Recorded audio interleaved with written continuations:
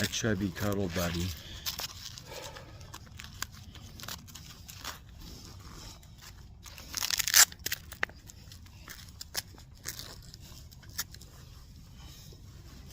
Oh.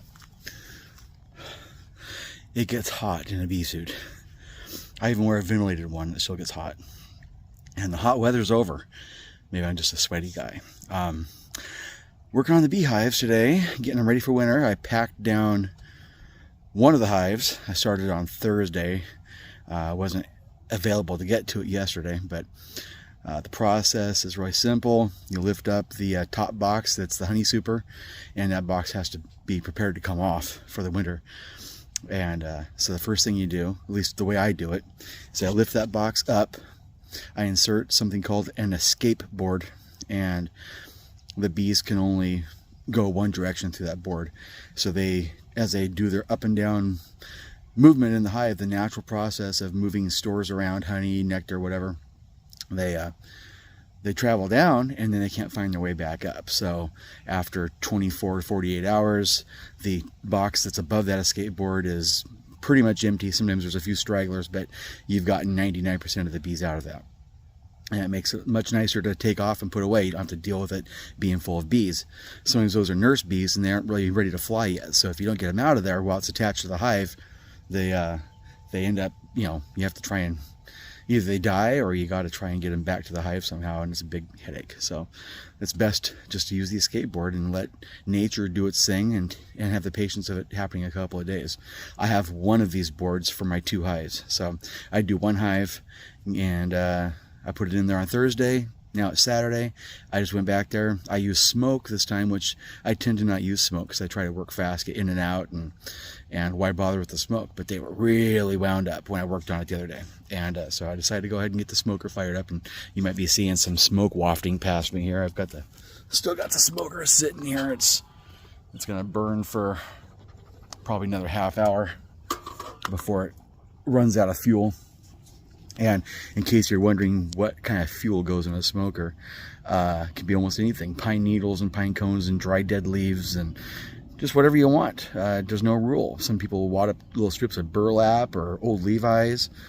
Whatever. It don't matter as long as there's nothing toxic in it. It's, just burning, whatever, debris. And for me, what I find works really reliable, but I have to use a blowtorch to get it started. I throw a couple handfuls of pellets from my pellet smoker in there, and I light it with a blowtorch, and it's reliable. It stays lit for a couple of, for an hour or more. And there's nothing more frustrating than having your smoker extinguish itself in the middle of your process, and then you don't have any smoke. So anyway, so that's what's in the smoker right now is Kirkland premium blend pellets. I might do some grilling on those same flavor later on tonight. So anyway, back to the hive. So I got back to it today. I used smoke, made a big difference. The bees were much more docile. I didn't see one single bee in that top box, which is it's a new record. I don't think I've ever had it 100% empty before. So I pulled that top box off and I smoked them down, and I got all the other the queen excluder out of there, which keeps the queen from going beyond that point. We don't need a queen excluder during the winter, so I took that out. And I have company. Hi, Abby. This is Abby, everybody. Hi. Yeah, I've been hopping around trying not to step in your poop all day out here. You've pooped everywhere. Where was I? I got the box off and all the honey related stuff out of the hive, and then I put on something called a quilt box, which it's a wooden box with a screen in the bottom, steel screen. The bees cannot get through it, so it's like just a screen door. They can't travel up beyond that screen. And in the top side of that box is a couple layers of burlap and then a bunch of pine chips, like what you'd stick in, well, it's what we use in the chicken run, but it's horse bedding or hamster bedding or whatever. It's just pine chips. And the job that does is throughout the winter, because it works good in this part of the country. We have very wet winters that are not terribly cold like back in the Midwest or up north. So the moisture that accumulates in the hive, because the bees are constantly respirating and creating heat, and so there's moist air inside the hive that circulates up. With the wrong kind of roof, or lid on top of the hive, the moisture condenses on that surface, and then it starts to turn into drips that fall back down. And drips dripping on top of the bees is a great way to kill off your bees. They can't deal with water like that inside the hive. And in the winter, things are closed up more. They can't ventilate as well. So by putting this quilt box on top, the moisture goes up and absorbs into the burlap, wicks its way up into the pine chips, and then there's vents so that the moisture can escape, but it doesn't drip back down on top of the bees. So you have an insulating layer of bedding material up above them that absorbs the moisture and vents it out slowly. And I found that that's a very reliable way to keep my hives in the Pacific Northwest healthy. At least, you know, we still have had other problems wipe out my bees in the wintertime, but that's still one of the best things I've found for trying to keep the hive climate under control. So what else? So I got that escape board out of there, and once I got all the bees off of it, because there was a lot of bees on the underside of it, and once I got them all off of it and back into their hive, then I went over and I smoked the other hive and popped the top off of it and inserted that board into the other hive. So tomorrow, that one will be ready for me to go out and pull that top box off and put it away and put the second quilt box on top of that. Here's something else interesting, and I'll share a little piece of this video as well. When I was getting these boxes out of the shed, where they've been stored since late winter, they're full of some kind of larvae, some kind of little white caterpillary worms, grubs, I don't know what you want to call them, something in a larval state crawling around inside there. And I don't know what kind of moth or bug they are, but my fear is that they could be wax moths. And if I let any of them get back into the hive, they can destroy a hive. They will be in there. They slime, we call slime out. They destroy the inside of the hive. They eat wax, which is, the whole hive is made out of wax on the inside. That's how the bees' entire ecosystem works, is they build cells of wax, and they keep their food and their babies and everything in it.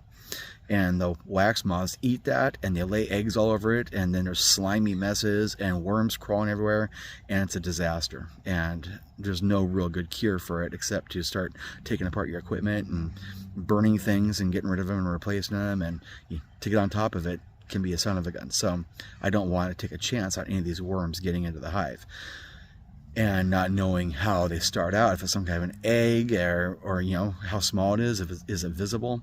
I don't know what I'm dealing with. So I took these boxes and I stuck them in with the chickens, and the chickens, well, they were scared of the boxes at first, but then one very brave girl got in there and she ate all the worms, and nobody else really got any. One other girl got like one, I think, but she was the bold one. She got in there and she had delicious wiggling grubs. And so once she got the boxes cleaned up, I took them up and took my blowtorch, and I torched down every surface to make sure that if there's any eggs or anything alive on there, that I've cooked it, so that I'm not introducing anything dangerous into the hives. So then I installed new burlap and new bedding material, and they're ready to roll for winter.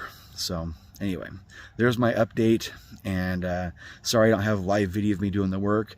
In my previous videos, you can see me doing all these things, so there's not a lot of point in me filming it over and over, and it takes so much time to set up the camera that it eats into my time to get the actual work done. So what I really need is somebody to come and be a camera person for me and film.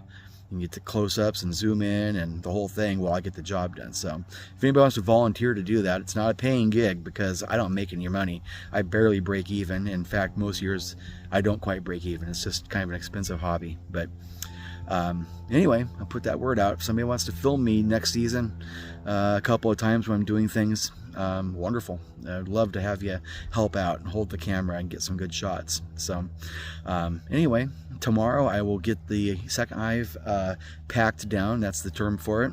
And then once that's done, then the next thing is to start treating for varroa mite. I need to treat both those hives probably 4, maybe 5 times over the next couple of weeks to really eradicate the mite load as much as possible, so that any winter bees that the queen is laying, the bees that keep that hive alive and healthy during the winter months when they cannot come out, they're actually a fatter bee. They're actually a slightly different bee. They are chubby little bee with extra fat bodies on them, and their job is to keep the queen warm throughout the winter. So, you know, a chubby cuddle buddy. And we want to make sure that they're healthy, so getting those varroa mite knocked down and make sure that they don't interfere with the health of those winter bees, because she's going to create a bunch of them and then things slow down and there's very little reproduction happening in that hive throughout the cold months.